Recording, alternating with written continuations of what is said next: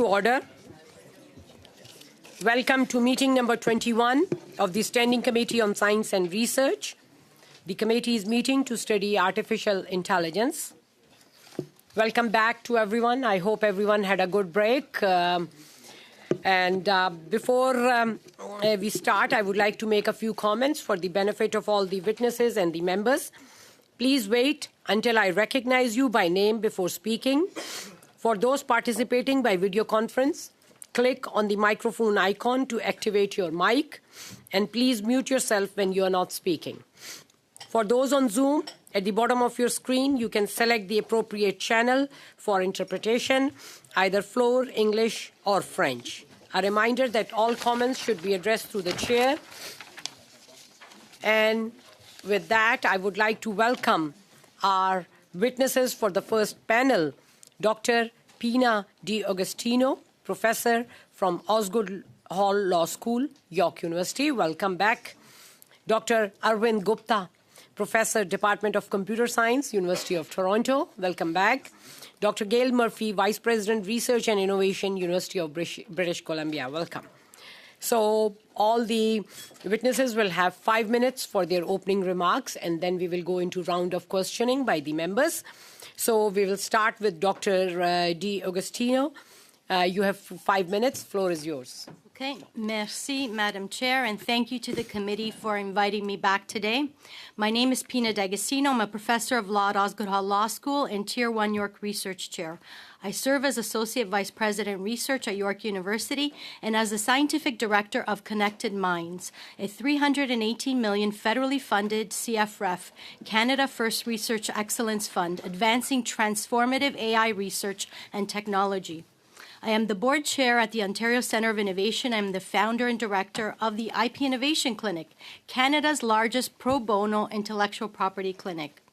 Now, when I appeared before this committee December 1, I argued that Canada can be a global AI leader by supporting homegrown talent, industry, commercializing our world-class research, and ensuring that AI development and adoption is ethical, inclusive, and respects creators' rights.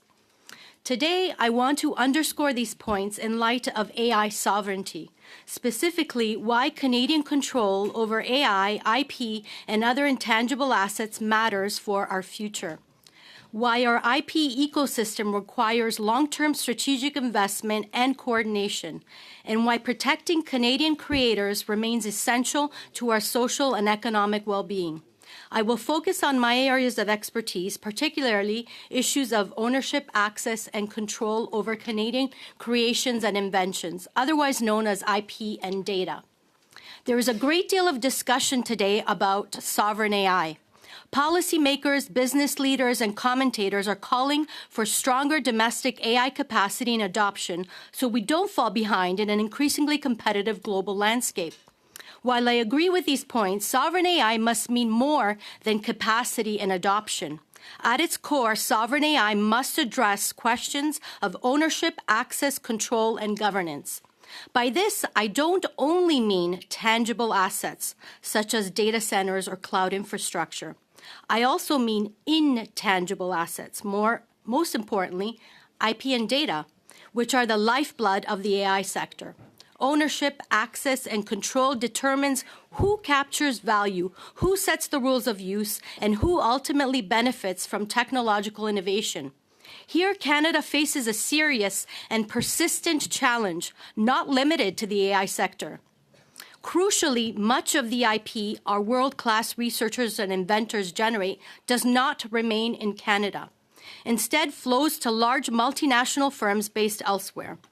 Ceding this ownership has serious consequences, including reduced investment and job creation in Canada and constrained freedom to operate for Canadian entrepreneurs wanting to innovate, scale, and grow at home and abroad.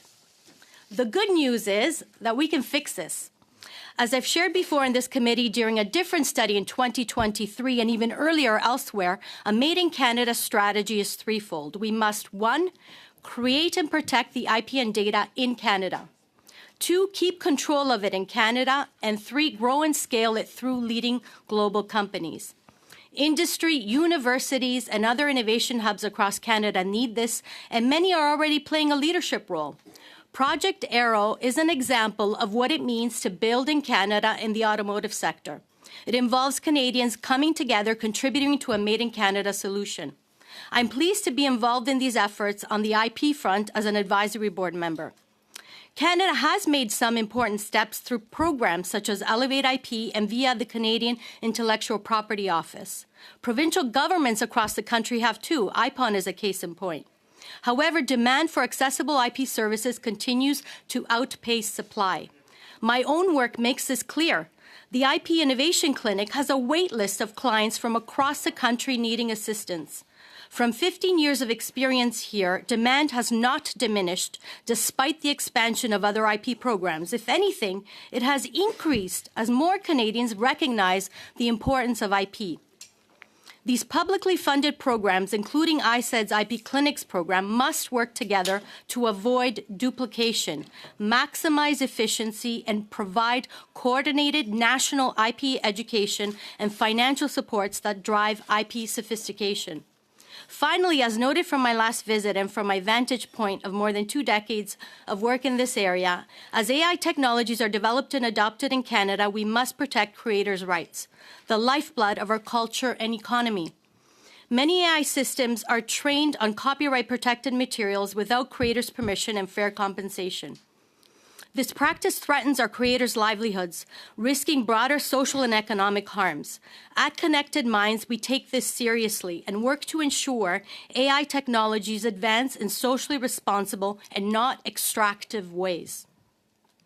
To conclude, to truly bolster Canadian AI sovereignty, Canada must take greater ownership and control over the AI systems and the IP and data assets on which it increasingly relies. Our future depends on it. Thank you again for this opportunity to appear before you, and I look forward to answering your questions this time. Thank you. Thank you, Dr. D'Agostino. We will now proceed to Dr. Gupta. Dr. Gupta, you will have 5 minutes for your opening remarks. Please go ahead. Thank you, Madam Chair. Good afternoon. Thank you to the committee for having me back. It's a pleasure to appear before you today as part of your study on artificial intelligence. As a member of Minister Solomon's AI Strategy Task Force, my colleagues and I engaged in extensive and far-reaching consultations with research centers, universities, public institutions, industry, and thought leaders across the country. Much of what we heard informs the federal government's strategy to shape a responsible AI research ecosystem, and I look forward to sharing these insights with you today.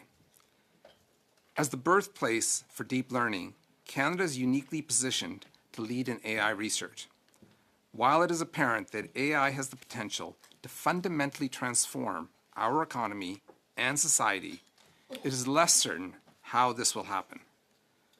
We must remain a leader in developing the underlying foundational techniques and the mechanisms to leverage these techniques for the benefit of Canadians, while ensuring any and all AI systems remain ethical, fair, and transparent.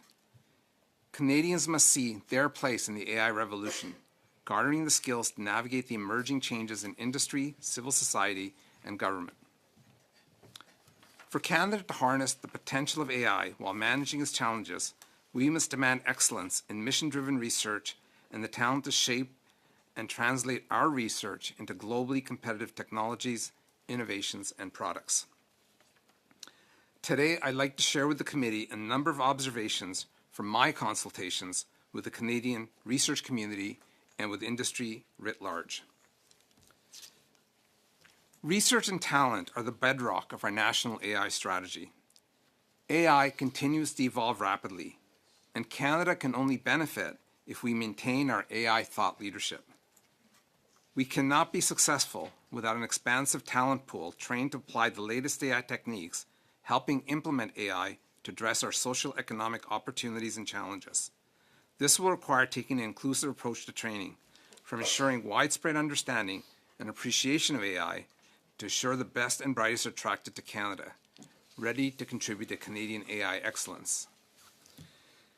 Our AI strategy must ensure that Canadians see AI can benefit them. The time is now to develop training and skills programs that ensure Canadians have the ability to garner the skills that allow them to adopt and thrive during future AI disruptions. Canadians must have confidence that senior business leaders have necessary AI competencies to navigate these disruptions thoughtfully. Governments must ensure appropriate social safety nets to allow Canadians to adjust to these disruptions. All levels of government must identify strategic AI priorities and ensure resources are directed to those priorities. Rapid changes in the AI landscape combined with geopolitical realities means that rather than taking a peanut butter approach to policymaking, government must prioritize national strengths in AI while ensuring AI is broadly diffused so that Canadians benefit. We will need a multidisciplinary, multi-sectoral approach to develop multi-use AI-based systems that can address multiple social economic challenges. We heard that truly inspired AI solutions can be applied across multiple disciplines and economic sectors. For example, privacy enabling techniques developed for healthcare can be translated into techniques and applications for public service, education, or finance. We must take a national focus on building and deploying AI-enabled technologies for strategic Canadian sectors. There are sectors that are critical for the future of the country, such as national defense. There are sectors where Canada is a world leader, such as resource extraction. Sectors where Canada is uniquely positioned to succeed, like healthcare. And sectors where Canada can become a critical player in the global supply chain, such as in microelectronics and robotics. For these sectors to grow and become globally competitive, we must adopt a national focus that enables the development of breakthrough technologies. We heard that too many Canadian economic strategies mimic those of other countries, especially the United States, rather than build on this country's economic realities and competitive advantages. Getting this right and bolstering our strategic strengths can significantly boost GDP in the near term, allowing for new AI-inspired industries to emerge that build a brighter economic future that benefits all Canadians. Issues pertaining to AI sovereignty were mentioned by nearly all stakeholders. Some noted that developing sovereign compute strategy is tricky given rapid obsolescence and massive investments by the US and EU, which make it difficult for Canada to keep pace. Canada will need to be strategic in its compute investments. For example, investing in sovereign compute for highly strategic needs such as the pursuit of advanced AI research while utilizing shared compute for day-to-day corporate needs. Building on this, there was widespread recognition that we need a sovereign data strategy. Dr. Gupta, if you can please wind up. Yeah, that ensures domestic AI models protect Canada against future global threats.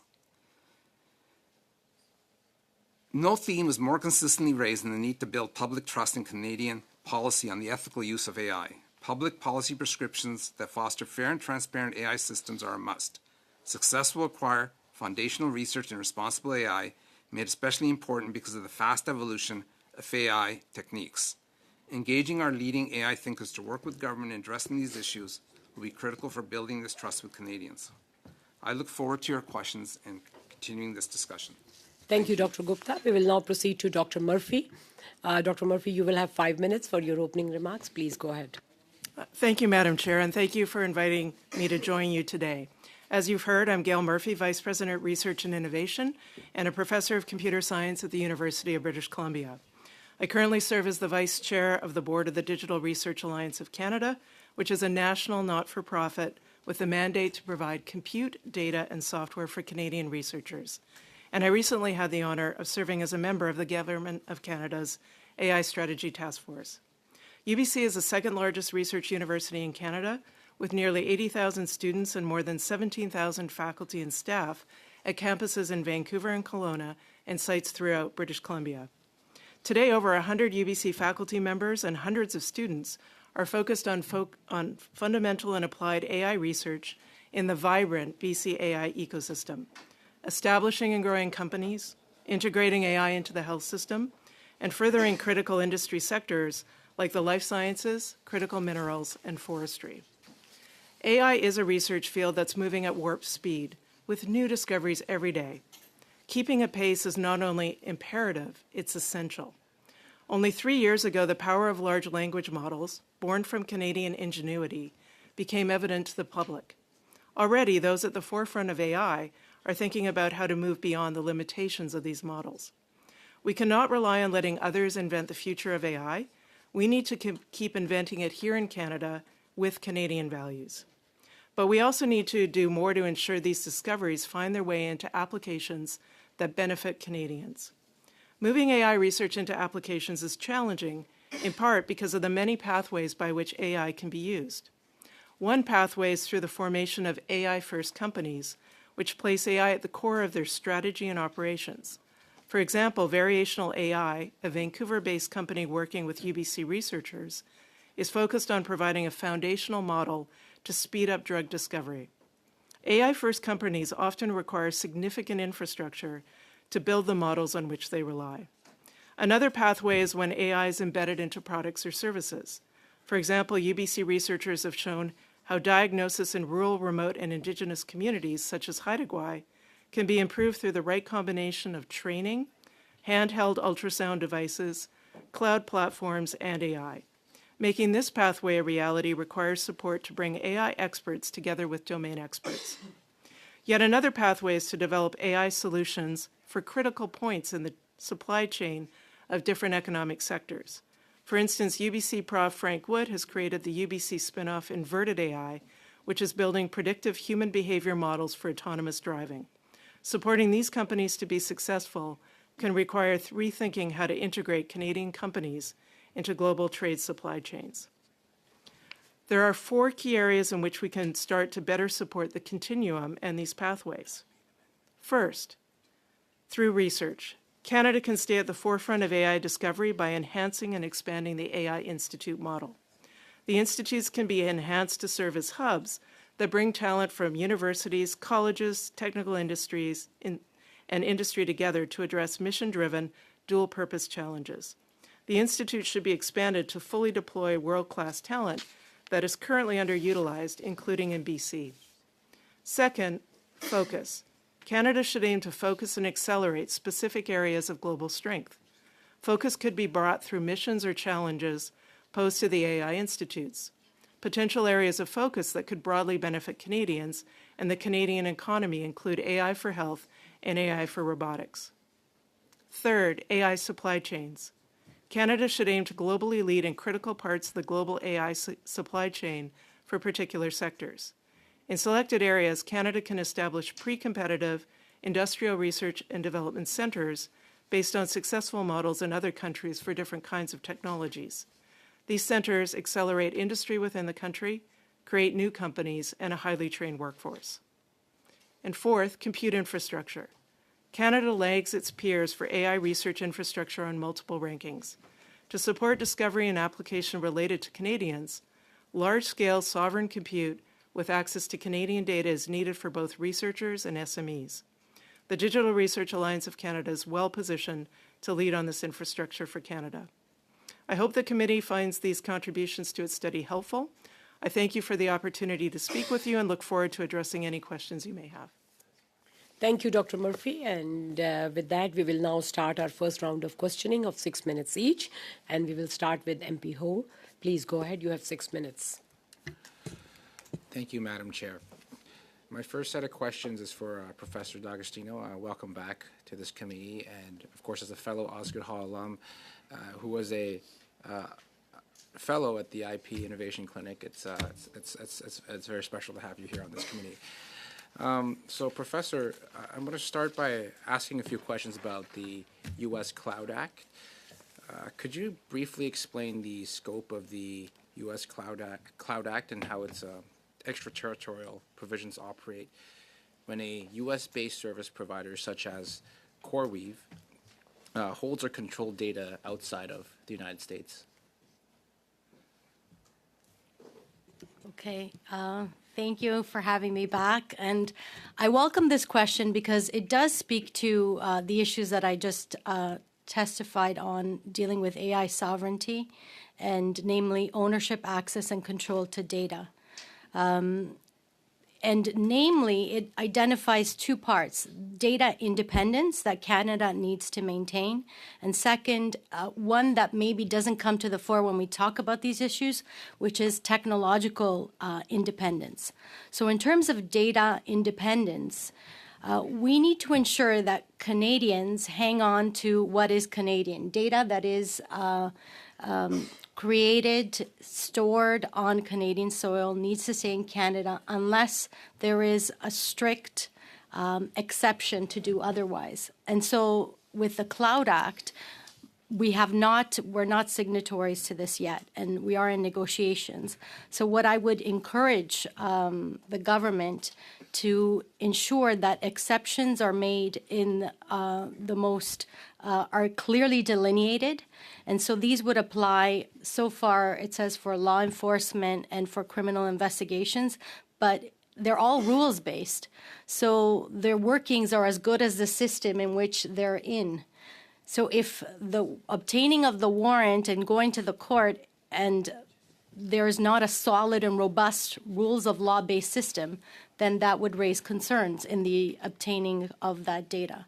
So I guess, Professor, you mentioned something about having the data stored in a physical location in Canadian soil, but my understanding with the U.S. Cloud Act is it doesn't matter where the data is stored.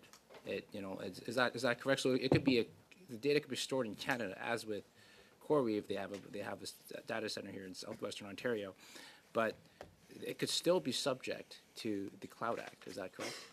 the way it's configured now, Yeah. it can be, and so that's why I'm suggesting that we need to have a really robust workarounds to ensure that we protect Canadians. Right. And so what I would add too is on the tech side, what is also concerning in a sense, and I believe we're in a period of transition, and we're all talking about we need to enhance capacity, but this is really where the IP comes in.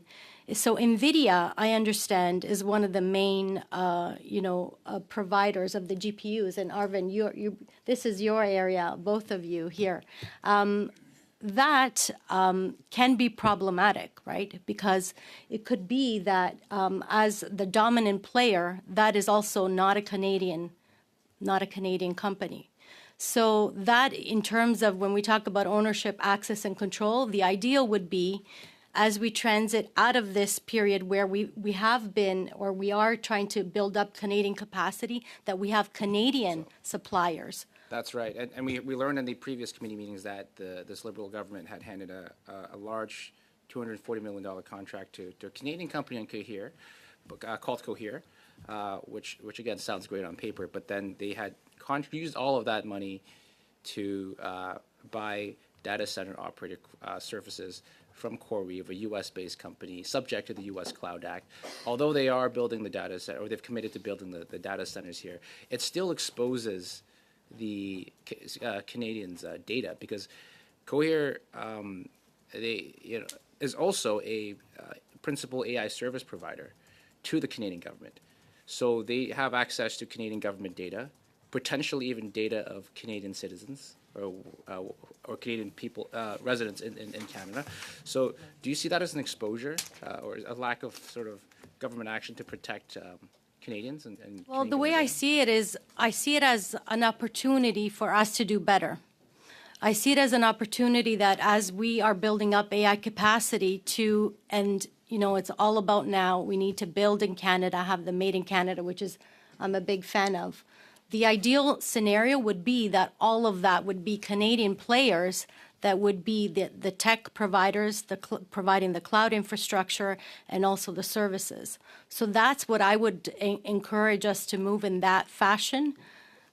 We are in a transit period, and I appreciate, I don't know why they were selected. It seems that perhaps there wasn't the technology or the know-how in Canada. We actually had some Canadian Canadian competitors of CoreWeave on this committee, and they said they could do the job too, had they been approached. So it does scratch some heads. But the government this Liberal government has touted this Buy Canadian policy, which is great, but once again the Liberal rhetoric doesn't match reality that Canadians are facing. So I guess to close off, is there any other legislative gaps that you see in Canada that could help protect? Time is up. Thank you. We'll have to go into second round. So we will now proceed to MP Deschamps-Charion for 6 minutes. Please go ahead. Merci beaucoup pour vos témoignages. Thank you very much for your remarks. Very interesting to listen to you. My first question is for Dr. Murphy and for Dr. Gupta. You know that AI is absolutely transformational, and it opens the doors to many opportunities. Is the interpretation working? Madam So if we can stop my time. We'll stop the clock. It is working for me. Can you check if they have the interpretation on? Yes, they should have.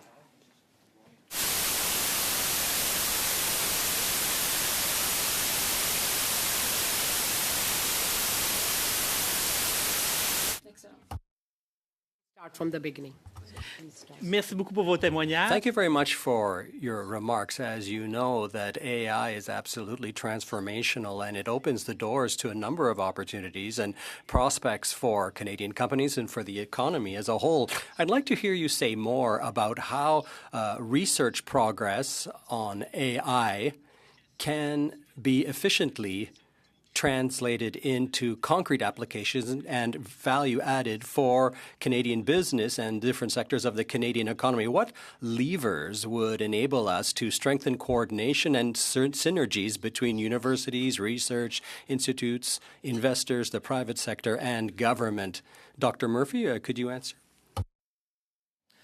Thank you for the question. There are a lot of opportunities to be able to take the research discoveries that we have from our students, our faculty at various Canadian institutions and move it to applications. Canadian industry has one of the lowest rates of adoption, as far as I know, of AI in the world. And so we need ways to bridge the high-quality talent that's coming out of the universities, to increase that talent, and to provide opportunities for Canadian businesses to get their feet wet with different kinds of AI technologies. The ways to do that, we can learn from other countries in how they have set up applied institutes of AI, how they funded different kinds of projects to be able to give students access to the companies to understand their problems. Those companies will need access to infrastructure to then try out the different AI techniques and to be able to know that they have a means of moving forward to actually integrate it into their business in the long term. So there are models that we can learn from that can bring together different hubs, different applied institutes, and let us take the fundamental discoveries that exist within Canada and move it into benefits for Canadian industry and Canadians through that. So AI is a very new field still, and we're still learning what types of AI techniques we're going to need to be really at the cutting edge.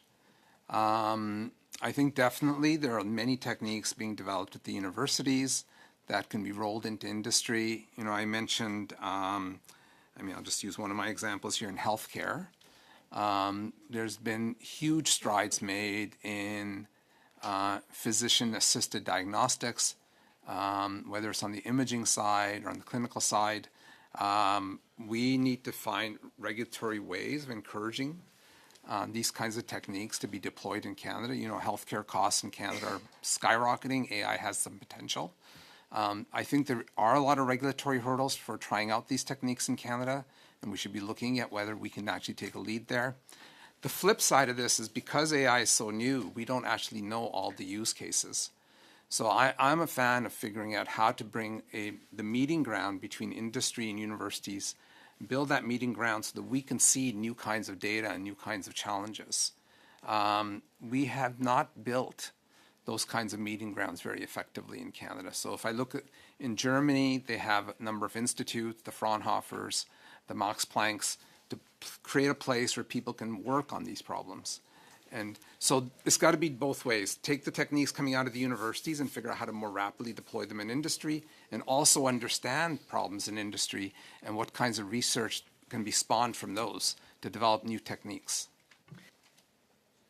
Thank you. Maintenant, je vais me tourner vers Dr. And I'd like to ask Dr. Dascotina. I was looking at your CV online, and I see that you're an expert in intellectual property for First Nation governments. How can Canada ensure that the knowledge and know-how of minority groups such as First Nations or even Francophones in Canada are properly factored in when it comes to deploying AI models in the country? Great question, and very close to my heart. So in terms of the Indigenous communities, the first principle that we really need to take to heart is we don't want a recolonization to happen. And so whatever we do with AI, we cannot embark on an extractive approach. And so, and I'll just give you an example. When even we're putting grants together, you often see that we want to be engaging with Indigenous communities, and it's just not sufficient anymore just to have a throwaway line in a grant application and say, I'm going to consult with Indigenous peoples. That is just doesn't cut it anymore, because that's ticking of a box. So we need to go way beyond that. And this is where I'm proud to say, and I'm living this now, with Connected Minds, where we have an Indigenous advisory circle where anything Indigenous has to go by this circle. And so it's an inclusive approach where they are involved in actually setting the question, as opposed to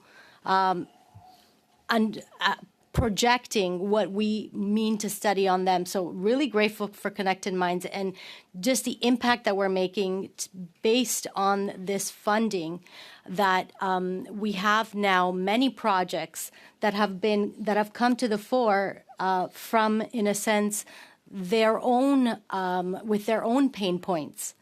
And there, when we talk about Indigenous data, that itself and Indigenous cultures and knowledges merits a special understanding and treatment which goes beyond the conventional ways that we've been used to. Thank you. 5 seconds left. Thank you. Okay. We will now proceed to MP Blanchet-Jonca for 6 minutes. Please go ahead. Merci, Madame la Présidente. Thank you, Madam Chair. Thanks to our witnesses. First question for Dr. Murphy. The government announced $1.7 billion to bring in foreign researchers. I'd like to hear what the UBC reacted and was quite happy about this news.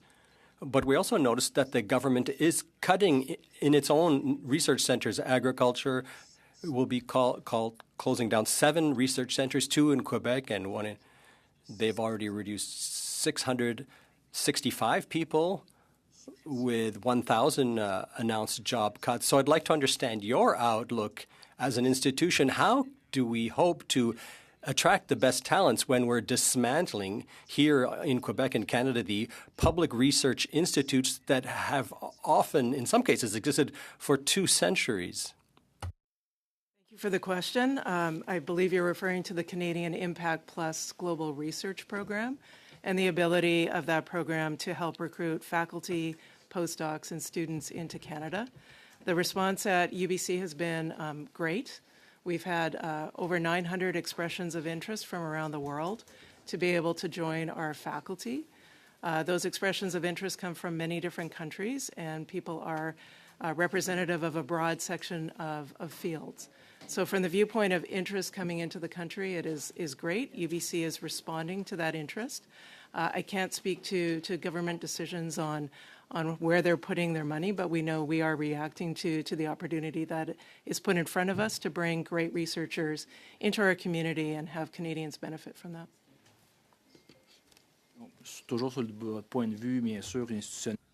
Also, I'd like to know a bit more institutionally about what you think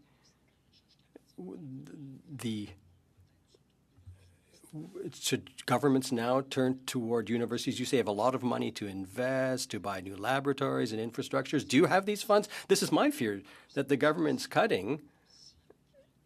If there's nowhere to carry out the research, can all this research take place in universities? The government's going to close down its research universities? Is everything going to be shifted to the universities now? Is that the plan? Is that your assessment of what's happening? To the opportunity that's been put in front of us, and the program carries infrastructure funding that can be applied for along with the faculty and the students that come. That allows us to create greater areas of research strength and build upon the research strengths that our institution has. And those, as I said, are across a broad number of different fields. We're looking forward to being able to attract these researchers and have them come and collaborate, not only with researchers within the university, but with those in the ecosystem around us and with industry. Universities undertake a lot of collaborative research with different industry sectors, and we're looking to places where we can build upon those collaborations to be able to further them within Canada.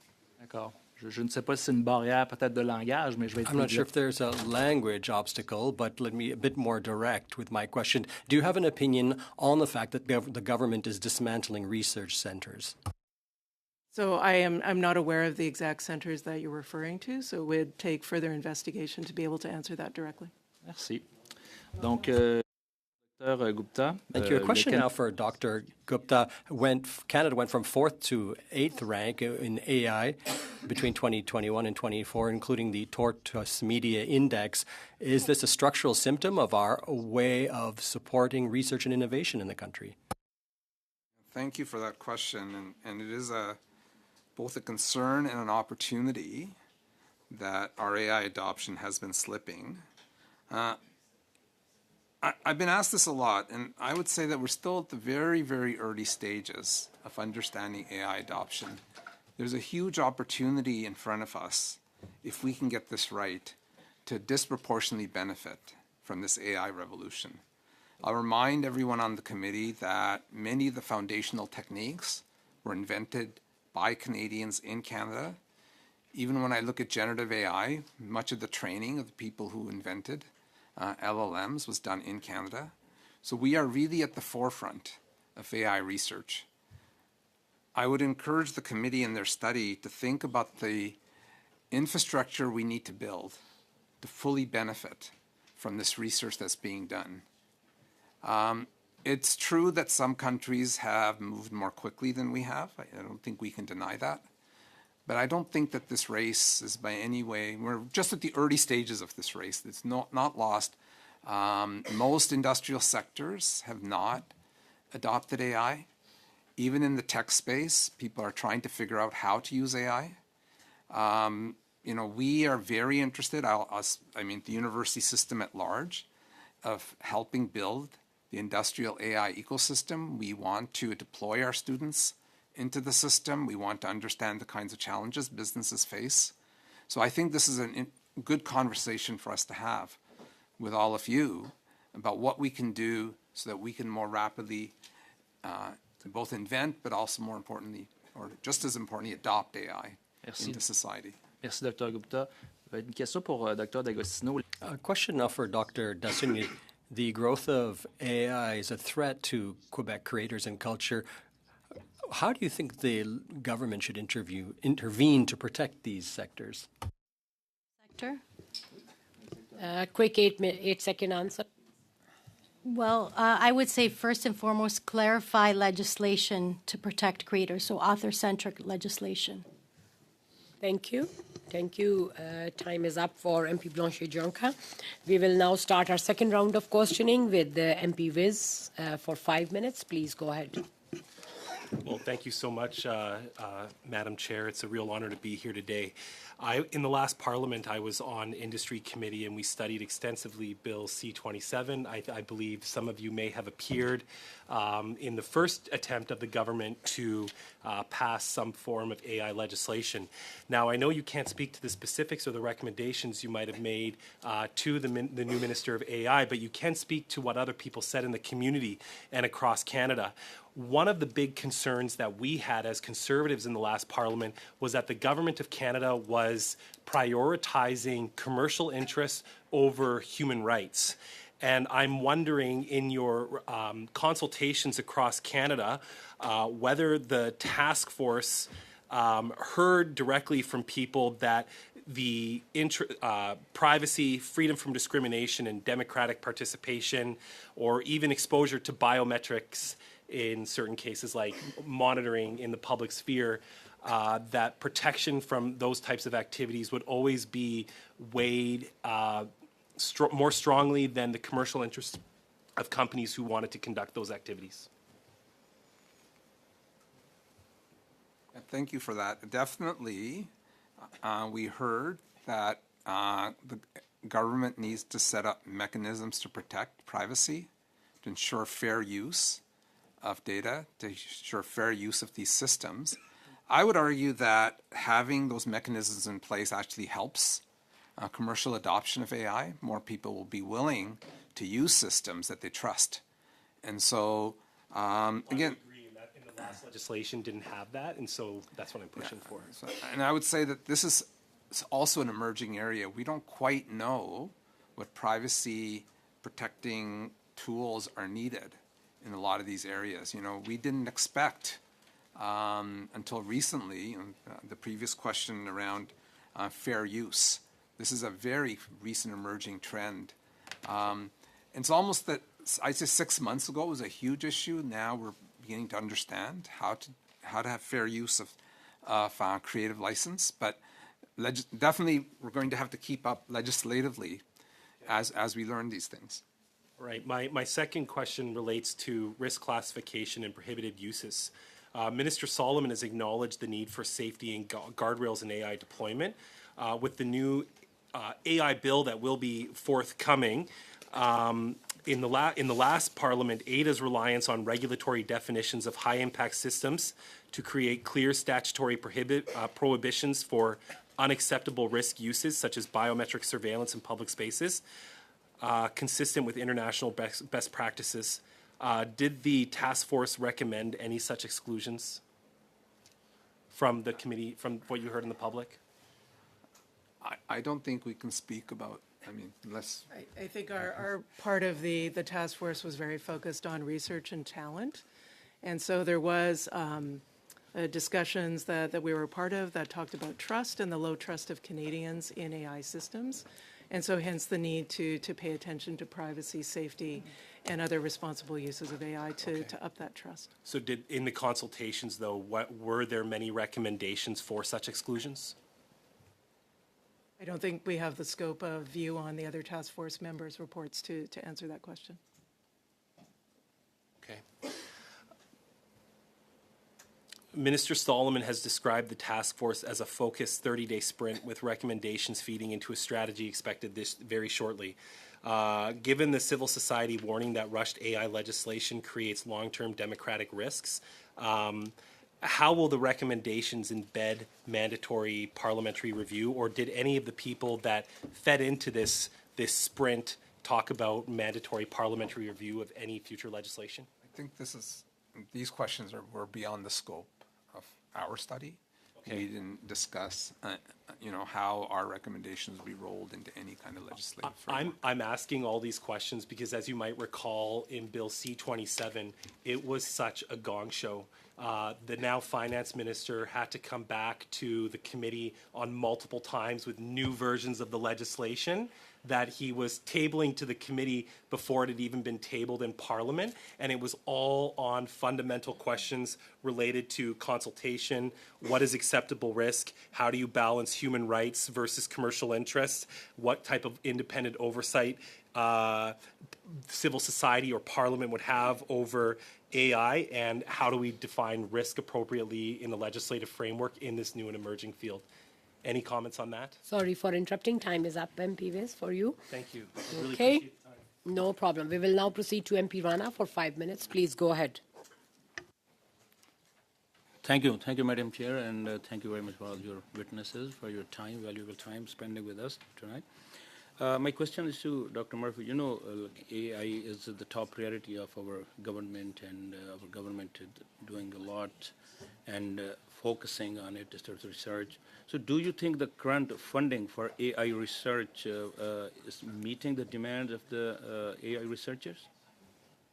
Absolutely. The AI research funding that exists has been a good starting point, but there are many researchers both in fundamental AI and those who are looking to apply AI, as well as those that are looking to understand how AI can be applied fairly and what rules need to be there, that are eager to see more funding in the area to be able to make this transition from the techniques that are coming out into applications.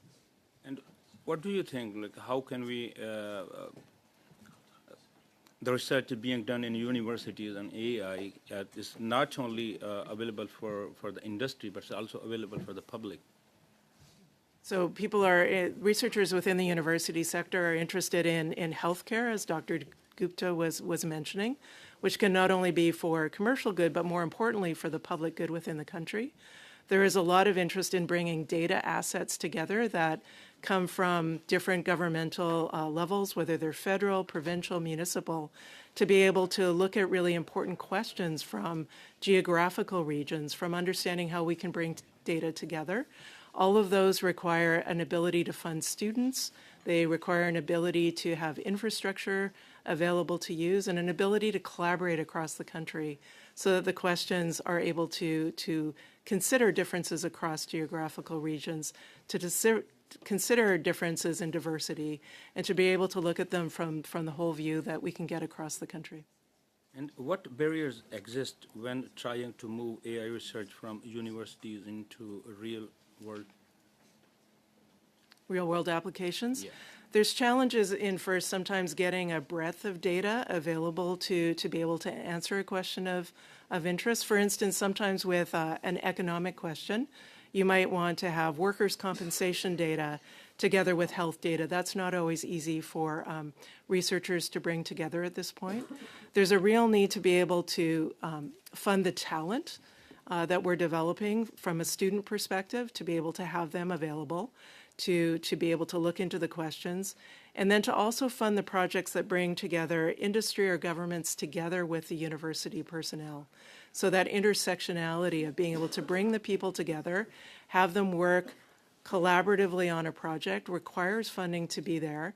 It requires funding to be able to bring in people from different kinds of technical backgrounds, and ideally from not only the university sector, but also from colleges and others that have different technical backgrounds to be able to work on the problems together. Thank you. And Dr. Gupta, what do you see for the next 5 to 10 years, the AI scope in Canada and ecosystem? So I'll say again that we're at the very, very early stages of this technology. One thing that I'm thinking about is that AI will not only impact industry, it'll impact our civil society writ large, it'll impact the way we provide social services, it'll also impact other science and research areas. And I don't think we're paying enough attention to for example, the impact of AI on inventing new materials, the potential for AI to impact our understanding of biological systems. And when we talk about funding, we're putting funding currently into developing new AI techniques. I think we should be thinking about how we can support the proliferation of AI across disciplines. Because if we can more rapidly develop new materials, that will impact industry in a pretty profound way. So to think that my students are going to go and do the material science research is probably a little naive. To make sure the material science students have the AI tools so they can impact that field will have much more impact. So I think that what I would encourage you to do is think about proliferating AI research across the academic enterprise as a way to build an AI ecosystem writ large across the country. We want medical schools to understand AI techniques deeply so that they can train a new generation of doctors who feel comfortable with these systems, understand issues of privacy and safety, and will feel comfortable then developing these new systems and adopting these new systems more rapidly. Time is up, MP Rana, for you. And with that, we will proceed to MP Blanchet-Jonca for 2.5 minutes. Please go ahead. Merci beaucoup. Ma question peut être Thank you. My question could be for Dr. Gupta. You were part of the IE strategy task force of the minister. What is your position on the fact that hundreds and perhaps even thousands of took place anonymously during this consultation? Do you not fear that this might not have given rise to foreign interference, who might have tried to weigh in on AI strategy in Canada? And they can do so because the government opened the door to that. I mean, to be honest with you, we were not involved as task force members in collecting or collating individual responses. So I can only take responsibility for my own consultations and the written submissions that I received. Those were not read by anybody other than me and very carefully considered in my recommendations. I would very much hope that that the broader public intake was looked at carefully with that jaundiced eye, that these are genuine submissions by Canadian stakeholders and not by foreign actors, but I just wasn't involved. Unless Gail knows something else. Donc, mais votre avis, c'est quoi, là? Je me permets de Well, citer. what's your opinion? Matt Hofield from Open Media said that the government took a rather nonchalant attitude to the whole thing. They're not really interested in what Canadians think about AI, the risks and dangers of this technology for study. As experts, how do you feel about the fact that anonymous groups can interfere from behind the scenes and can have influence on strategy as important as the country's AI strategy? Again, I'm not aware of how that was handled. I will say that I personally received many submissions, both written and many requests for people to speak with me directly.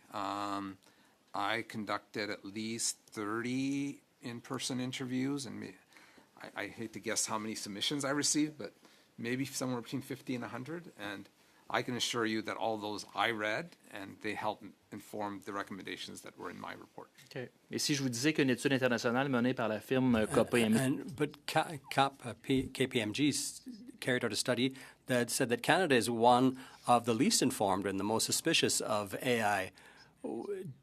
Don't you think that might undermine the leadership in the country and the fact that you're opening the door?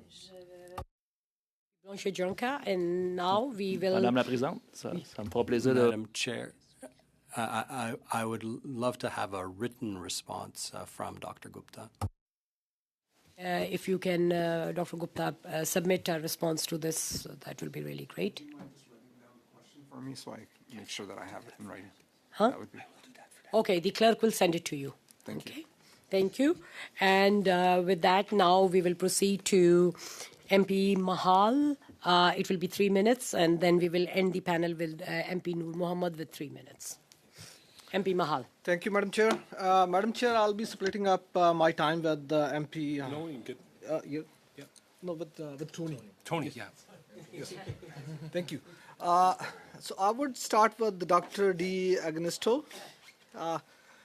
So we heard that there is a big concern about Cloud Act being a U.S. control act, and that allows U.S.-based companies, even though they have their offices here in Canada, the data, they still control the data. They have access to those data.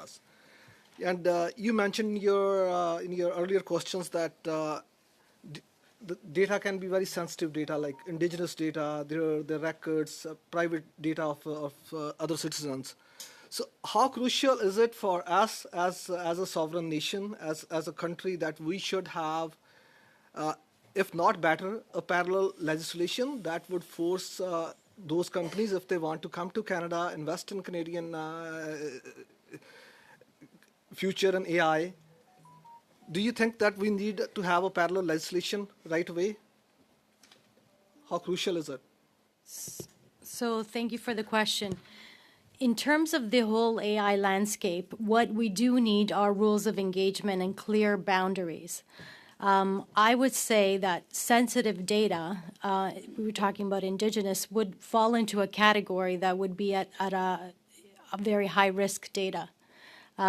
So anything that can help clarify, identify the harms, and ensure that if something like the Cloud Act would be pertaining, we would need to have clear exceptions, and ensuring that the processes in place would not expose that sensitive data.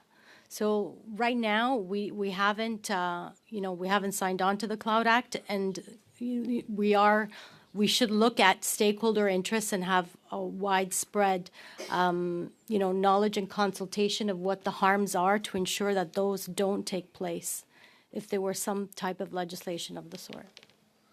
Yes, thank you for the answer. So I'm raising that question because, as you heard from my colleague, that the Liberal government just gave, I think, over $250 billion to CoreWeave, who further hired U.S.-based companies to do their own analysis in the AI sphere. So if we don't have that kind of legislation, does our sovereignty comes in question?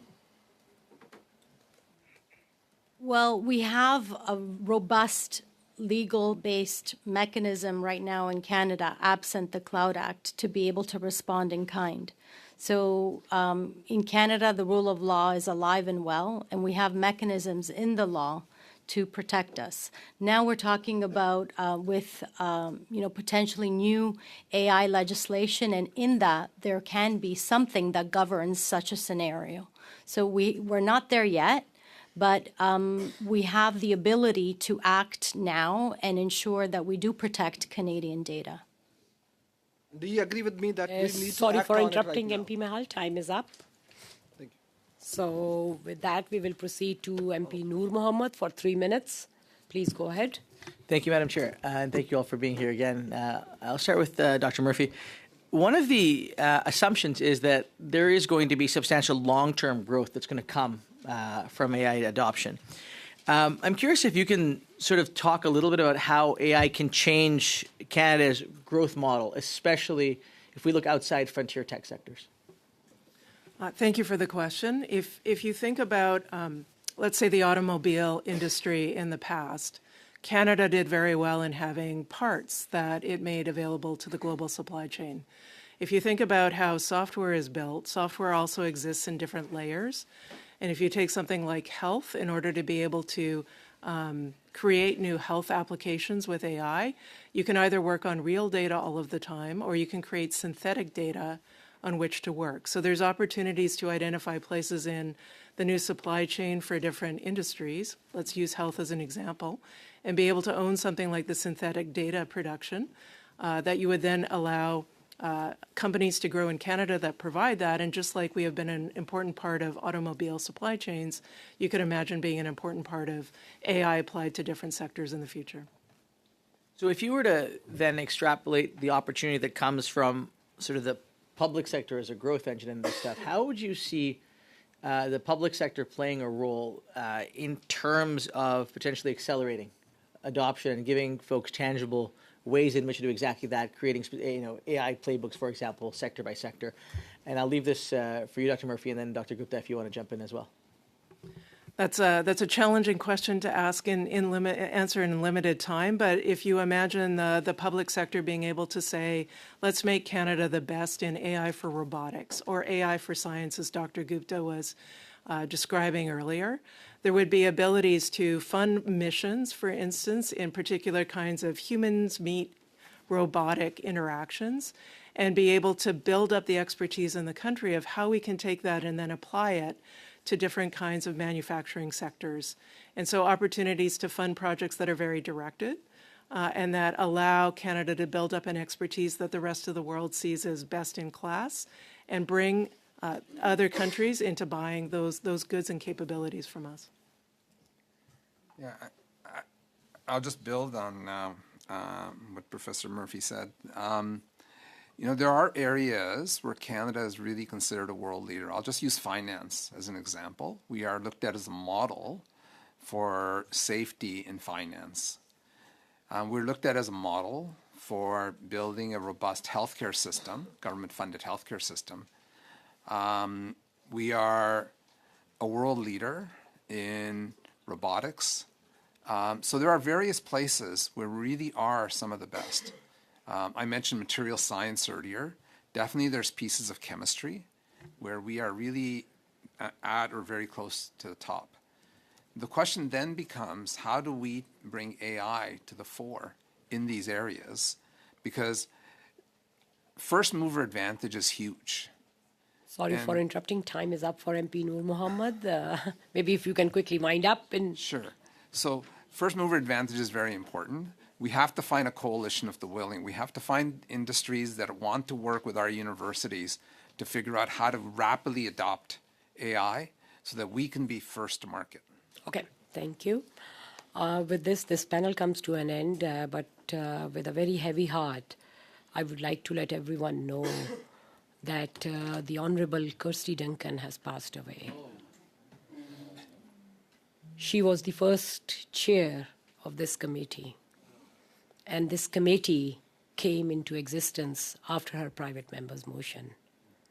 She was a great member of parliament for the Etobicoke North, a minister, and an amazing person. She was mentor for me, and when I got involved and elected, like, she was there to provide support to make sure that as a new MP we can stand on our feet. And she lost her life to cancer. I'm a cancer survivor too, and she was one of the first 2-3 colleagues who called me when I was diagnosed. So, and all the support which she provided me will never be forgotten. So maybe I think in her honor we should have a moment of silence.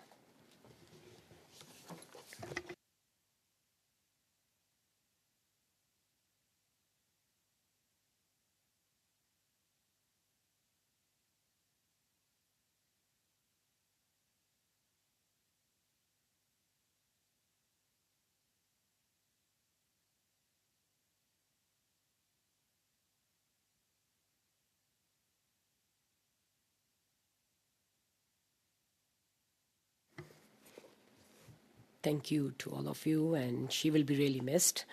With that, this panel comes to an end. I really want to thank our witnesses for appearing before the committee today. We will suspend the meeting so that the new witnesses can take their place. So the meeting is suspended for a few minutes.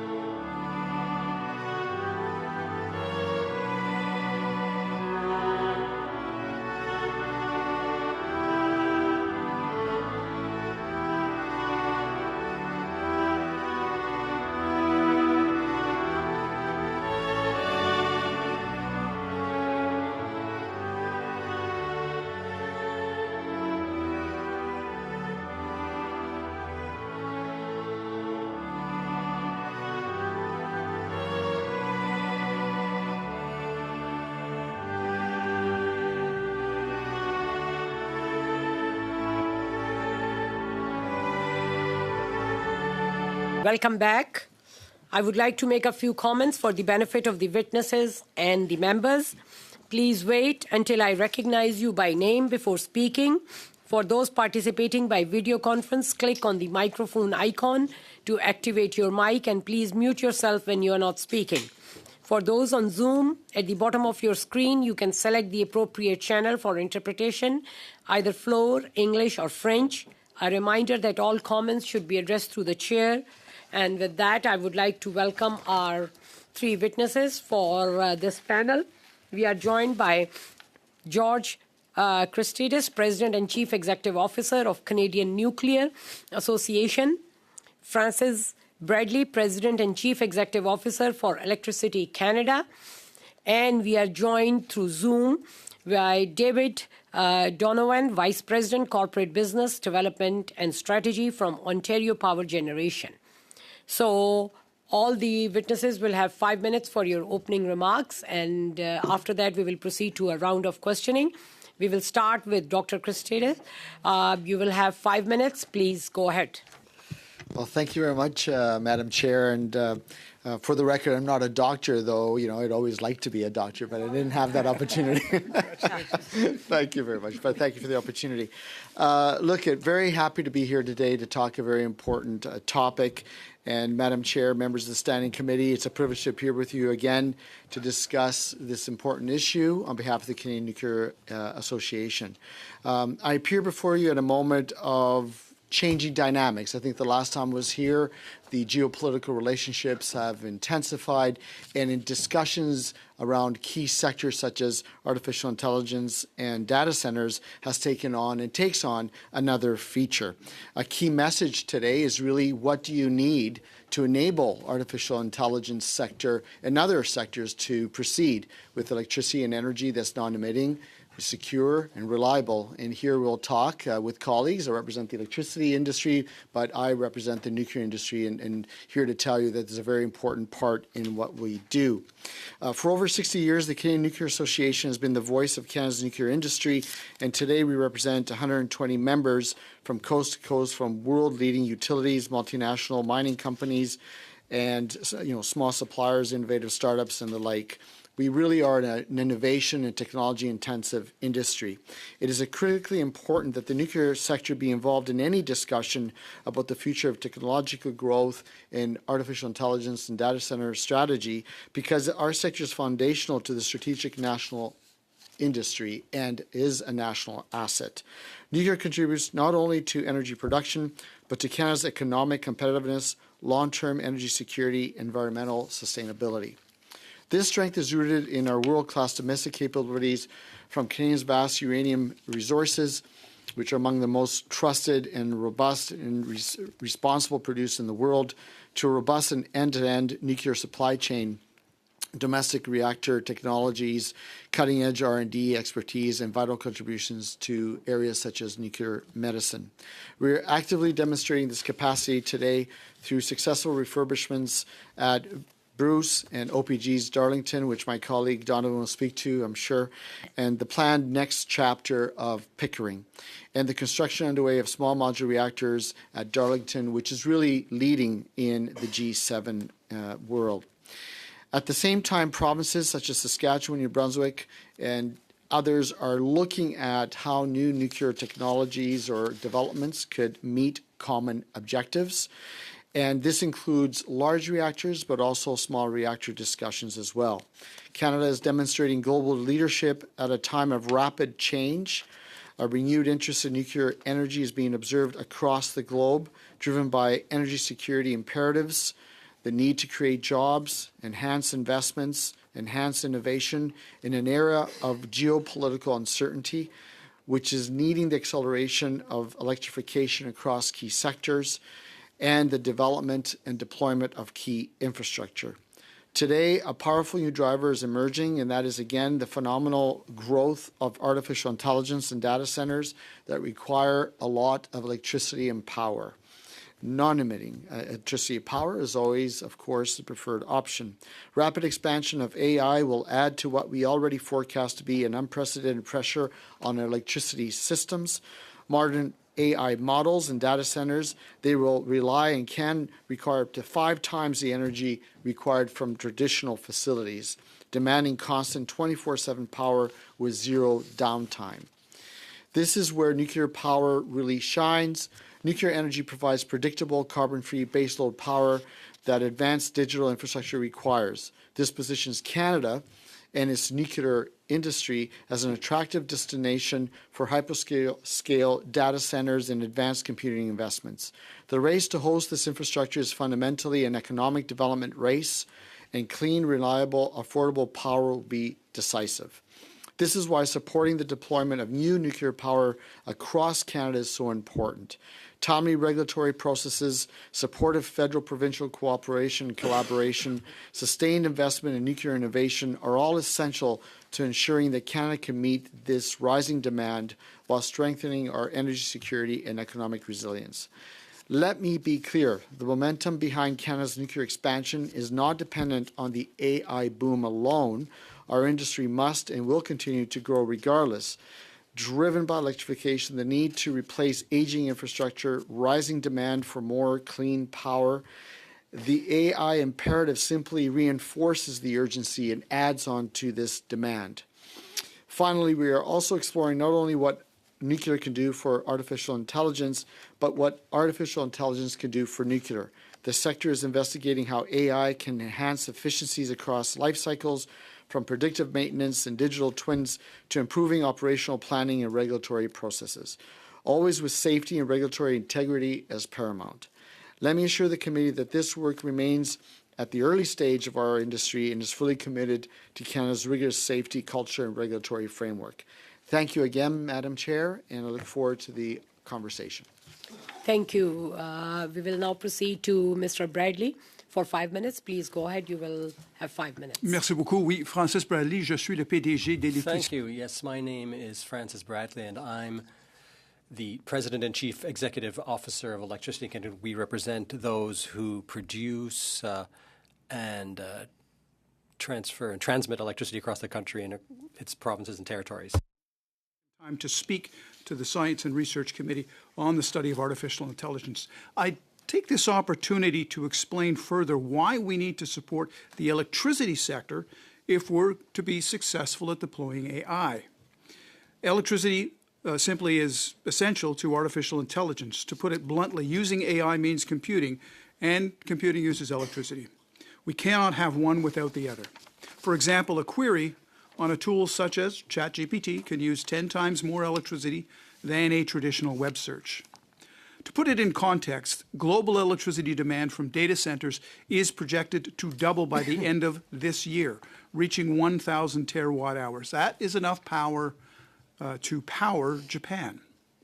In Canada, electricity demand is projected to double by 2050, driven by economic growth, by electrification, and the growth of data centers. This will require our sector to build more generation, transmission, and distribution infrastructure in the next 25 years than we have in the last century. Tomorrow, we are launching our 2026 State of the Industry report, which shows a path for enabling economic growth with data centers. The report will emphasize how the federal government has an opportunity to support the electricity industry in building a new grid that helps secure Canada's place as an energy superpower. Because what's needed is more investment, fewer delays, and of course, more ambition. To achieve this, we have 4 key recommendations. We cannot scale up AI and data centers without growing our grids. Canada must eliminate barriers to building critical electricity infrastructure. For example, we welcome the government's efforts to streamline approvals, such as the creation of the Major Projects Office. Additionally, the Memorandum of Understanding between the Government of Canada and the Government of Alberta, which will begin a path to the suspension of the implementation and management of clean electricity regulations in the province, that shows a path for better intergovernmental coordination. Provincial electricity system operators are best positioned to ensure a reliable and affordable grid. Second, the government needs to facilitate investments in expanding electricity infrastructure. This includes addressing critical funding gaps and barriers to investment, such as EIFEL rules. Third, the government must include the electricity sector in AI conversations and policy design from the start. Currently, no representative from the electricity sector is on the federal AI task force. We cannot have a successful AI strategy without the electricity sector. And lastly, as we build out our infrastructure, we need to ensure that critical infrastructure is protected. The government should ensure that we are prepared to protect critical infrastructure from the new cyber threats posed by AI. This was evident in reports of cyber attacks using independent AI agents, such as Cloud Code, to hack into a variety of organizations at a low cost and fast manner. Every new technology brings new challenges, and we need to be prepared for them. To conclude, significant growth in electricity demand will come as AI use continues to increase. Canada must be ready to meet the growth and to build for the future.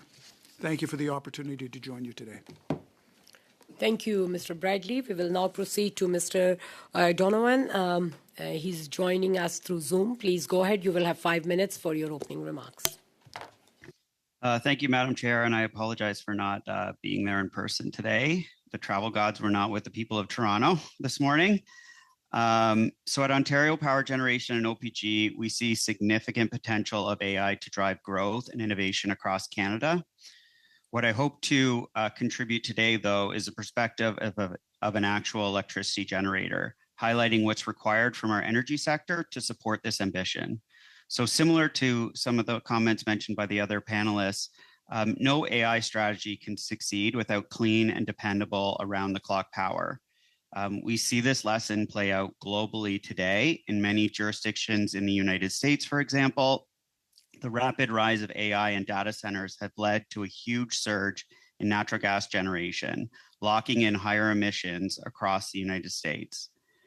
But now tech giants are looking for cleaner solutions and are turning to things like nuclear. We've seen Google and NextEra trying to restart the Duane Arnold nuclear plant. Meta and Constellation are extending the life of the Clinton Clean Energy Center. Microsoft and Constellation have an agreement to reopen 3 Mile Island Unit 1. These are decisions that reflect a growing recognition that clean baseload or 24/7 power is the foundation of AI. Ontario already has what others are scrambling to build, a grid that's over 80% non-emitting, primarily powered by nuclear and hydro, positioning us and Canada to lead in the global AI economy. But seizing this opportunity requires significant proactive planning and decisive action. As one of North America's largest electricity generators and the operator of a major nuclear fleet, OPG is preparing to support more energy-intensive sectors, including AI, but this challenge is pretty significant. For example, Ontario's peak electricity demand last year was 24,000 megawatts, and Ontario's independent electricity system operator projects a 65% increase in electricity need by 2050. A major driver of this growth is the rapid expansion of data centers. And unlike traditional industry, data center loads arrive in massive increments. While a mine or auto plant in Ontario might peak at 400 megawatts, individual data centers proposed in the United States are coming in at up to 1,000 megawatts each, nearly 2.5 times larger and much faster. In Ontario, the ISO projects that data centers alone will require about 1,600 megawatts by 2040, nearly double the output of 2 of our Darlington units, or enough to power 1.6 million homes. Globally, the International Energy Agency estimates that 10% of electricity demand growth over the next 5 years will come from AI data centers. And while there's uncertainty around exactly where and when this demand will materialize, we know baseload nuclear and hydro are well suited to meet this demand. And with the support and foresight of the Ontario government, at OPG, we're already taking action. At Darlington Nuclear, we're building Canada's first small modular reactor, adding 300 megawatts by 2030, leading in the G7, with 3 other units to follow that one. We're refurbishing Pickering Nuclear, returning 2,200 megawatts to the grid in the mid-2030s. Early planning is already underway for large nuclear at Wesleyville, and we're exploring 2 new generation opportunities at former coal sites at Lambton and Nanticoke in southwestern Ontario. And in Northern Ontario, we're partners with the Moose Cree and TTN in assessing new hydro opportunities in the Moose River Basin, which could add another 430 megawatts. But with long lead times for nuclear and hydro projects, often a decade or more, it's essential to advance planning today, engagement, and regulatory processes now, so these projects are ready when and where the demand materializes. Early federal support so far has been instrumental. Investment tax credits, low-cost financing from the Canada Infrastructure Bank, and support for Indigenous participation have enabled real progress so far. And as we continue to advance large, long lead projects, ongoing partnerships with the federal government will be essential to getting these projects completed. By learning from other jurisdictions and building new partnerships, we can ensure data centers become an asset to both Canada and Ontario, providing load certainty that helps de-risk major energy investments and protect ratepayers. And as Canada advances its digital and AI ambitions, we look forward to continued collaboration with the federal government and neighboring provinces, especially as we seek guidance on the types of data centers and the amount of compute power which will be needed to support these key sectors. With a strong track record in clean power, nuclear innovation, and major project delivery, OPG is ready and willing to help power the next generation of AI and in turn, Canada's future economic growth. Thank you. Thank you. And with that, we will now start our first round of questioning of 6 minutes each, and we will begin with MP Baldinelli. Please go ahead. Thank you, Madam Chair, and thank you to the witnesses for being with us this afternoon. Just going to the comments that were made, I jotted down this, and it said no AI strategy can succeed without clean, reliable power. And then in your testimony, Mr. Bradley, you had indicated that no one from the electricity sector in specific, and one of your recommendations is that they must include the electricity sector in moving forward in their discussions. So have you had discussions with the government with regards to any of its AI strategies moving forward? We have been talking to a variety of people within the government and within the office of the relevant minister, certainly. And we have been making this recommendation now for a couple of months that we see some kind of participation because, as you noted, and as I said in my introductory comments, this is a significant gap. If there is a conversation and a federal task force in this space, the only way that this is going to be successful is if we ensure that we move forward with input from the people who are going to be powering this sector in the future, and that is currently a gap. Yes, I mean, just the perspective of needing to understand what the requirements are. I mean, David, you had talked about the ISO reports that have come forward, but I mean, I can go back to the one that talked about getting a clean grid by 2050, and that talked about taking, 42,000 megawatts from the system capacity of the day to 88,000 megawatts in 20 years or 25 years. And it was going to cost $400 billion just in Ontario alone. They said in that report it would take 6 times the 14,000 workers in the field today to be there. So, I mean, from that standpoint, the lack of having any involvement of the sector in the AI strategy documents and discussions precludes the government from having that information and developing a plan that I think would succeed. Would you not agree? I'll go with you, Francis, first. Yes, I would agree. I think, and that's why it's the first of the recommendations that we put forward, so that that there is input from the electricity sector as the task force moves forward with its work. We believe it's essential that takes place. David, can you comment on that? Yeah, I think it's pretty essential that the power sector is involved in the AI strategy. The growth that's going to come from this part of the sector particularly is astronomical. We've been living in an economy where large mines or large auto companies take 5, 8 years to come online. And now we're looking at AI data centers that can do that in 3 years or less, which it's very challenging to build any type of generation or electricity infrastructure in that speed. Well, I mean, and David, and to George's point, do we know what the megawatts is going to be for that small modular reactor that's being currently built at Darlington? Yeah, it's just over 300 megawatts each. Well, I mean, I was talking to someone in the field, and they were talking about a data center being built in Montreal that would be 300 megawatts on its own. I mean, that would be the size of the entire baseload of that SMR. I mean, I come from Niagara Falls and clean hydroelectric power. I think Sir Adam Beck Generating Station is only about 2,200 megawatts. And that's the largest hydroelectric generating station in Ontario. So, I mean, if we're not beginning to plan now, it's going to take years to get the capacity that's required, not only for the AI centers, but the growth that is going to be needed in terms of the economy moving forward. Would you not all agree? I wouldn't want to leave the committee with the impression that conversations are not taking place at a regional basis, at a provincial basis, amongst current operators of the system and proponents of data centers. These conversations are taking place on the ground. Our concern is at a national strategy level. And so there is very active, of course, conversations at a local level in terms of how these individual projects are going to be deployed. But yeah, our concern is when talking about a strategy from a national perspective, that voice, critical voice that should be at the table is not there.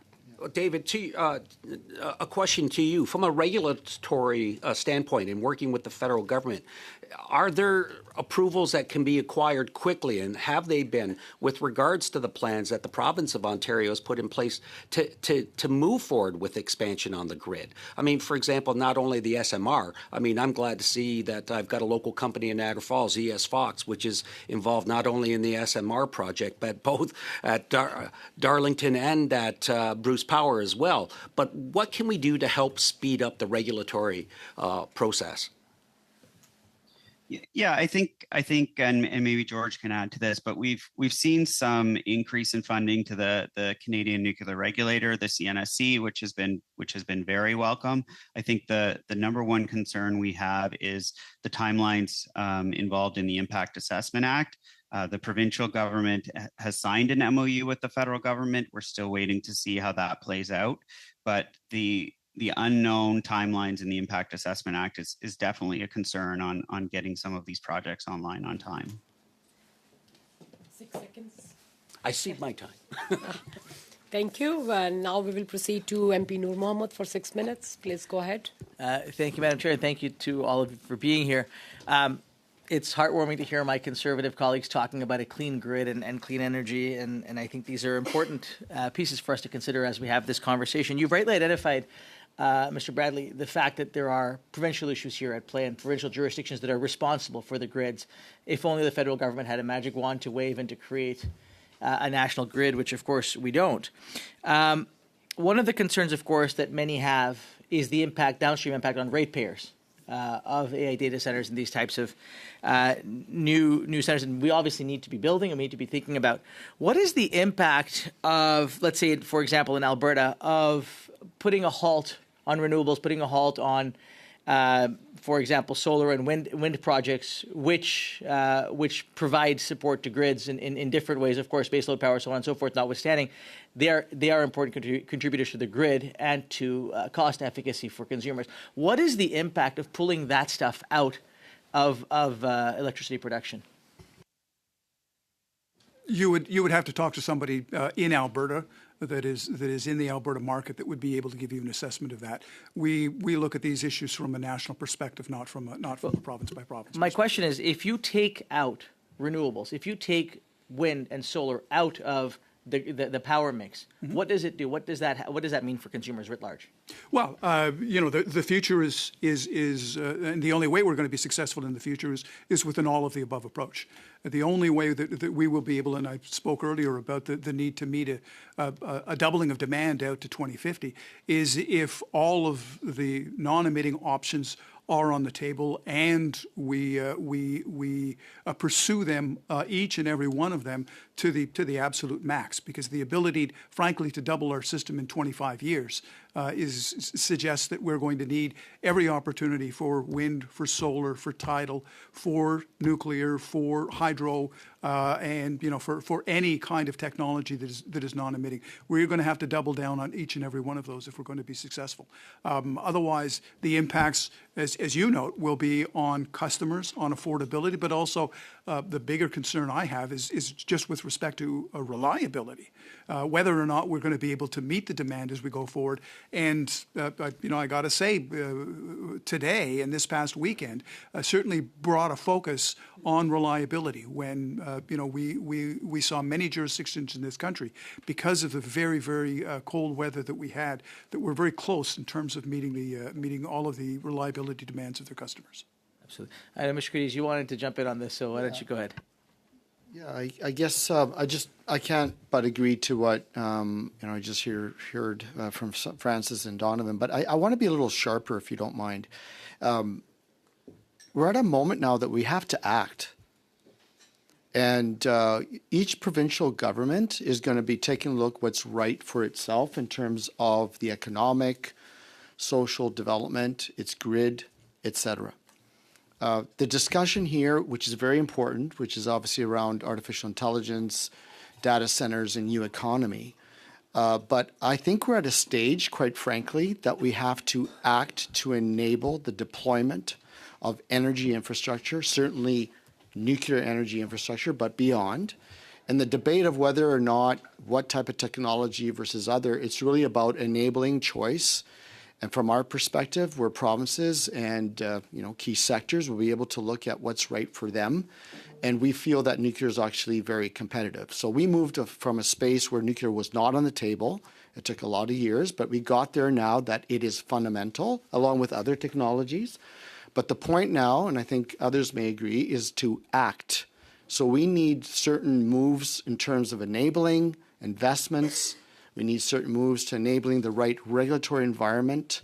We need certain movements to enable workforce and other key critical items in an environment that is not only about clean energy, it is not only about economic development, but we may be talking about economic stimulation under the context of a national security issue. And it's not a Canadian language, right? We are a little bit uncomfortable to talk that way. But all these items around developing infrastructure now have a heightened lens, which I'd argue this committee has a very important role to discuss and encourage as much as possible on a bipartisan or multi-partisan basis to proceed with these very critical discussions and decisions that have to be made for our country. So I'll leave it there. Yeah, I want to thank you for making that point, because I don't think any of us are under the illusion that these are not national security matters any longer. I think our ability to have a secure grid, our ability to be able to provide reliable power to ensure that our industries can work under extreme circumstances, looking at external pressures, the need to have that kind of stability here at home to be able to ensure that workers and workforce have what is required is certainly paramount. And in that process, we all recognize that getting new power to grid, reliable power to grid, doesn't happen overnight. It takes time, it takes effort, and it takes strategy, it takes commitment, it takes work.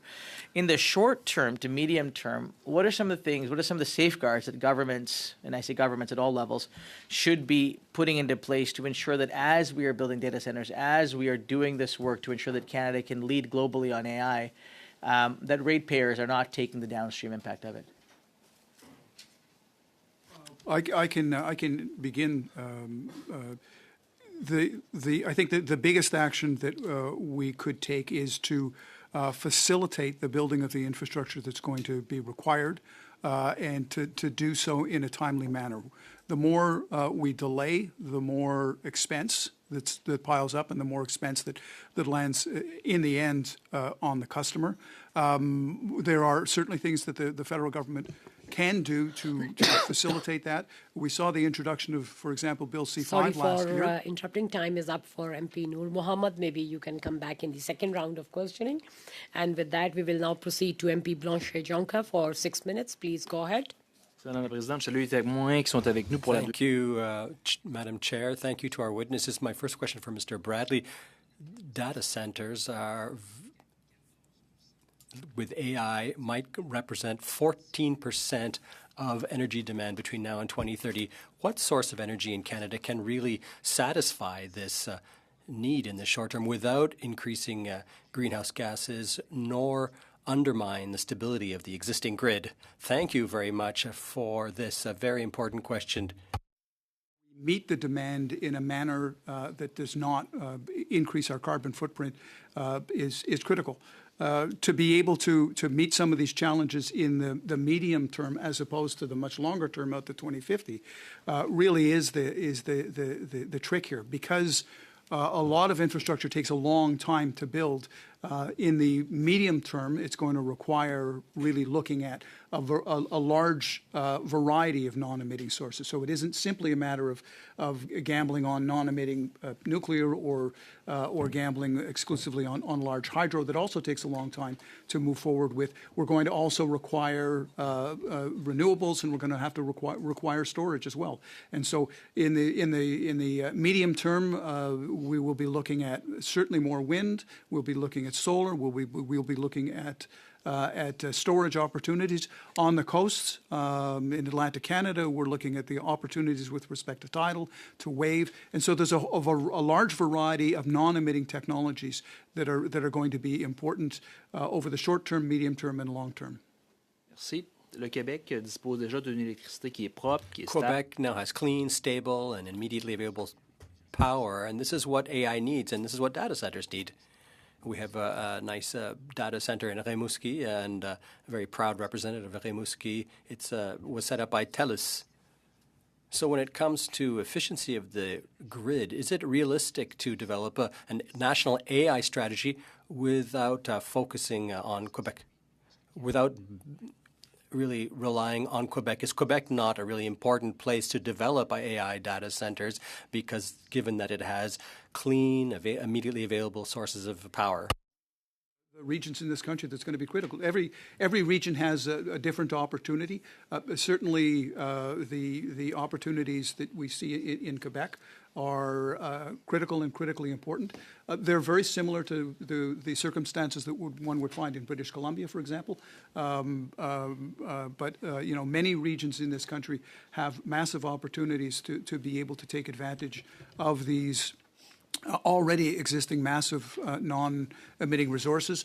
And, in the particular circumstance of Quebec, we're seeing also a marrying together of wind and hydro that work extremely well together. And we're seeing that deployed in other jurisdictions as well. When we look to the longer term and into the future, if we see greater interconnection among the regions, I could see a future when you project out beyond 2040 to 2050. If we have greater interconnection regionally, that frankly Quebec could become the battery for northeastern North America. I don't think they're going to frankly be able to fully take advantage, for example, of offshore wind. Unless we're able to connect it into this jurisdiction. The same will be true off the West Coast. There will need to be interconnections into the BC hydro system for the same reasons, because those reservoirs are incredible resources. Ça répond à mes questions, M. Bradley. Je poursuis. Donc, pour répondre à la Thanks hausse... for answering the question. And to respond to the huge increase in power demand, given the shift to AI, it's productivity based on expanding in the West, or to the grid that already exists in Quebec, and that's clean. These are also social choices. Probably will not be surprising to members of the committee, given that I represent Electricity Canada and the electricity sector. My belief is that the future prosperity of this country is going to reside on expanding the electricity sector and using the electricity sector as a motor for growth in the future. Est-ce qu'on peut parler réellement d'une souveraineté numérique? Can we really talk about digital sovereignty when it comes to AI if we don't have full control over the power that drives this infrastructure? I think we're very, very well placed. Canada is a net exporter of electricity. As a country, we produce sufficient electricity for our own needs. But as we look to the future, we need to be able to ensure that we continue to have that level of sovereignty that we've got. When people talk about the opportunity for Canada to become an energy superpower with respect to electricity and clean energy, Canada already is a superpower in this space. And how can we build that? But it is going to certainly be the backbone.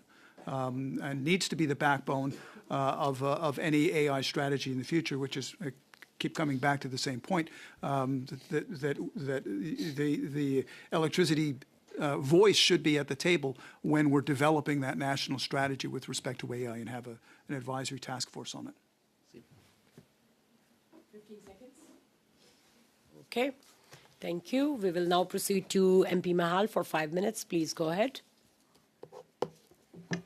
Thank you, Madam Chair.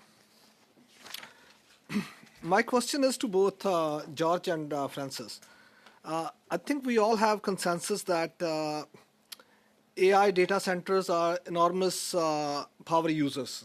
They use a lot of power, and we are, at least right now, we are in huge, there is a huge gap between the supply, the power generation, and the demand for it.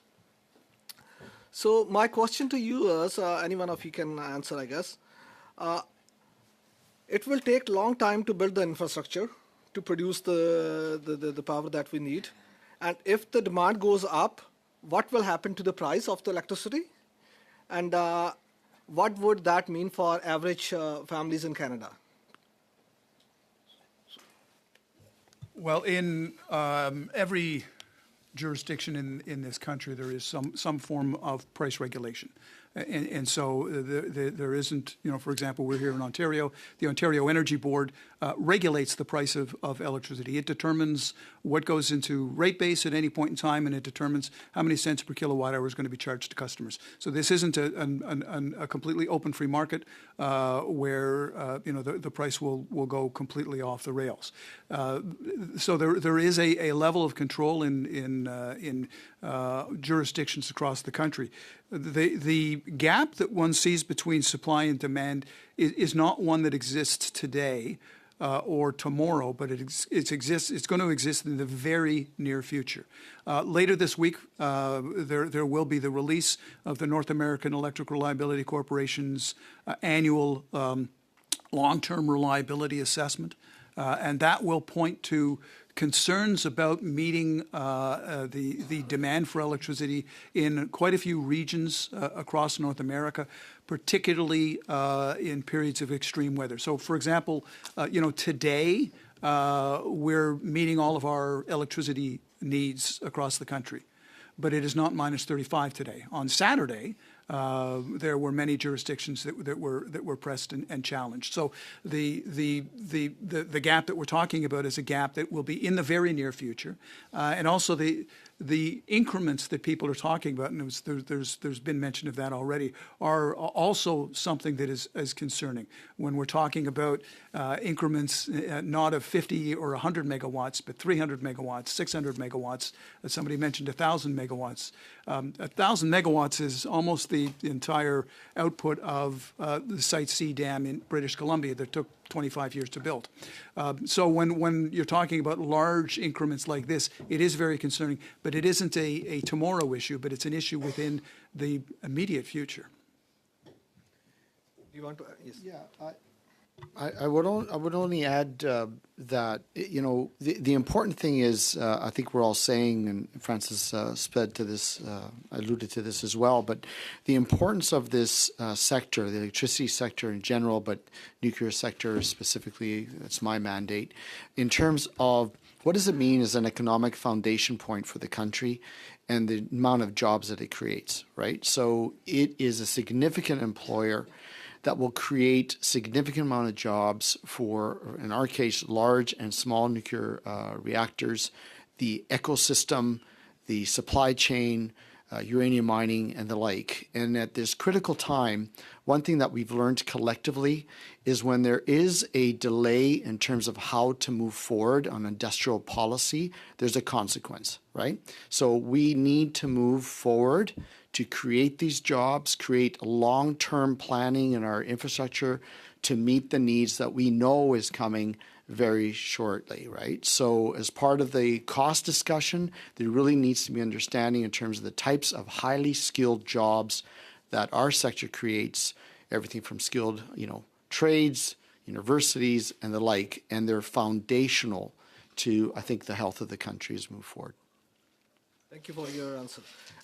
Building from that answer that he just gave, from an investment standpoint, how unattractive the federal regulatory and permitting environment become for private investment in nuclear and energy projects needed for AI support? If I understood, Madam Chair, the question, was it the level of investment that's needed for artificial intelligence? And how well planned we are right now, considering the regulatory framework that we have Okay, for the well, private investments. Thank you. Thank you for the clarity. I think Francis alluded to it. It's kind of hard to speak to how well we're prepared from the electricity or nuclear sector because from the strategy discussion, we've not been privy to sort of where that thinking is. I can tell you from the discussions at the provincial level, provincial governments with proponents of projects, there is an ongoing conversation with regards of what that could look like. In terms of small Sorry for interrupting. Time is up for MP Mahal. And with that, we will proceed to MP McKelvey for 5 minutes. Please go ahead. Thank you, Chair Zaid. So my first question is for Mr. Christodidis. I hope I pronounced that properly. So on the AI, getting back to AI and really research and innovation, like what are the big gains that we can make? How is this a game changer, for example, around fusion magnets and other things like that? So like, what is the real potential that we have here?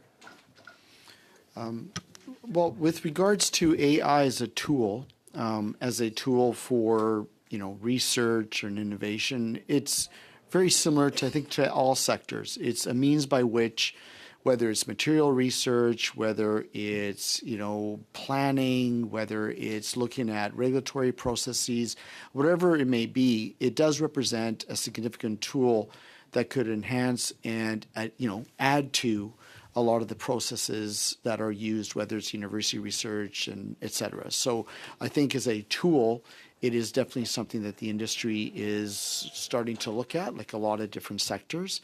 So if I understood your question correctly, this sector, which is critical, will play an important piece of the electricity/nuclear market as we proceed as well. So is there anything more that we need to do to fully unleash the potential of AI in the energy sector, more in the research space? Like what should we be maybe pushing in the university setting to explore further to make sure that the energy industry is ready to uptake this? I think from certainly the nuclear perspective, those conversations within the university network is occurring. We have a nuclear university network called UNINI, for example. It's made up of university across Canada. So those are very much happening at the university basis. I think it goes back fundamentally to what we were talking about earlier, which is really, as we set up a national strategy, how do these pieces come together? The electricity infrastructure piece, the research piece, universities, I'd even argue other spaces need to be part of the conversation. So one of the takeaways here, and I think my colleague alluded to it, is just the inclusion of these conversations inside or the development of an artificial intelligence strategy and data center strategy for the country. And Mr. Bradley, I did take note of your 4 recommendations, and one of those was just that to ensure that the energy sector is at the table in this discussion. I'm wondering if you could comment on the potential for grid improvement and smart grids. How much extra electricity can we unleash with the grid as it is today, for example, by adopting AI? Yes, there's grow the grid. Yes, there's put more energy on. But just with the energy that we had right now available, how much more efficient could we be with smart grids? That is a fantastic question. There isn't an easy answer to it because we're just starting to get an understanding of what the use cases are of AI and beginning to get an understanding of what the potential will be as we get out get out the other end of this. There are massive opportunities when you start calculating. For example, I drive an electric vehicle. It spends 95% of its time plugged in, fully charged, and just sitting there. There are hundreds of thousands of electric vehicles across the country.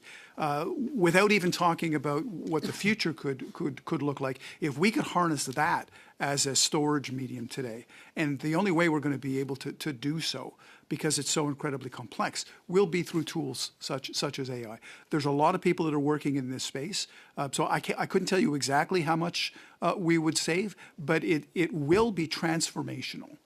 Absolutely, and we will be able to maximize in a way that we can't even imagine today the value of what we currently have today in the system, much less what we're going to be able to build in the future.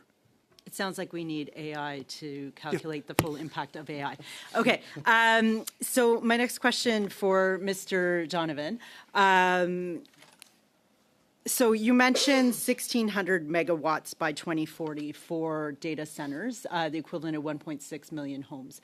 I toured and was absolutely fascinated by Enwave and the ability for cooling, because I thought, oh, well, what do you do with this? One of my questions was, what do you do with this cold water in the winter? And they said, no, like the demand in the winter is just as strong because of the cooling of the centers. So do we have calculations or know what potential we have, or what requirements, I guess, should we be bringing in when a new data center is sited?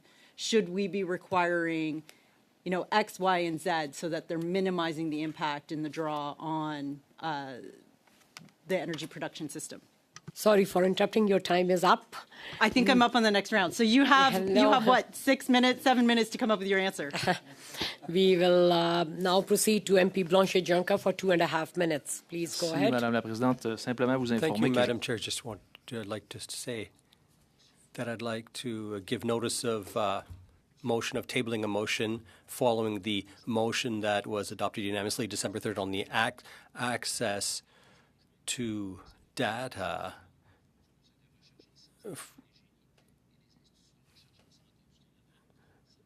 we have a response from certain organizations, and it raises a number of questions in terms of our ability to secure data and to ensure equitable funding.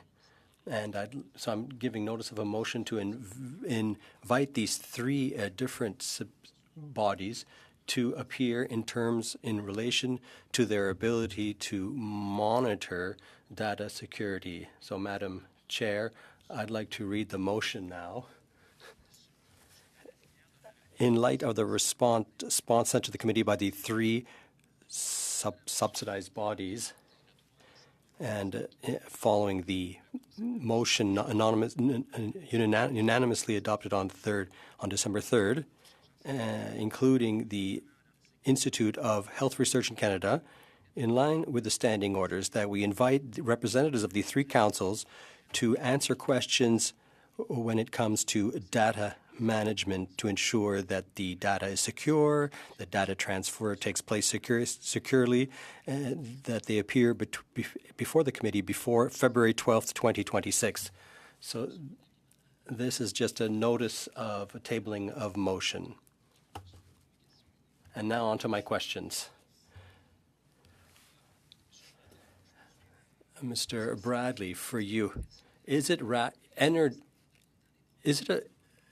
rational from an energy point of view to fund the production of power in provinces that want to burn gas to produce power, whereas Quebec produces clean electricity? Different sites are operated, and what source of electricity is going to be used, from my perspective, is a decision for provincial governments and provincial regulators to determine. I don't think that's something that should be dictated from a national perspective. Je veux que vous nous partagez votre expertise là. Donc, could you share your expertise on this? A data center for AI require abundant, stable, low-cost energy. We're talking about efficiency and real costs. So from a strictly energy and economic point of view, is it rationally to drive these with existing hydropower, as in Quebec, or to produce new capacity, which is more costly, elsewhere in the country? You know what is available in different jurisdictions. The member's quite right that you know Quebec, as an example, and other hydro provinces have certain advantages from a resource standpoint. However, there are requirements and data requirements in every jurisdiction across this country, and so decisions have to be made at a local and provincial level about how they're going to be able to supply those centres. But those are decisions again that I believe should be made by the people closest to and the people that are actually running the system, so that the individual system operators in different jurisdictions. Je veux juste bien comprendre toujours.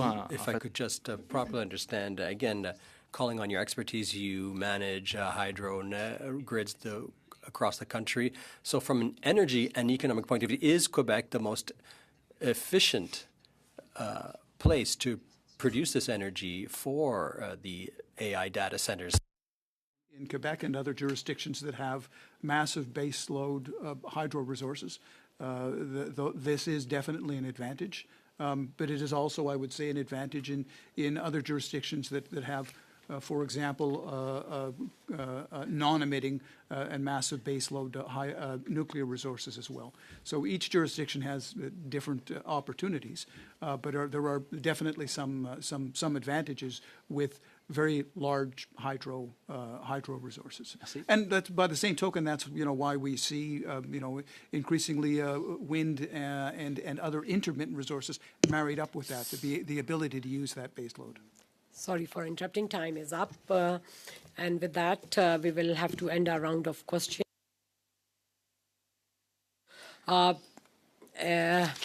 Pass the budget for this committee before we end this panel. So the committee would need to adopt a budget for its study on AI. We have sent you a draft budget for consideration by the committee in the amount of $40,050.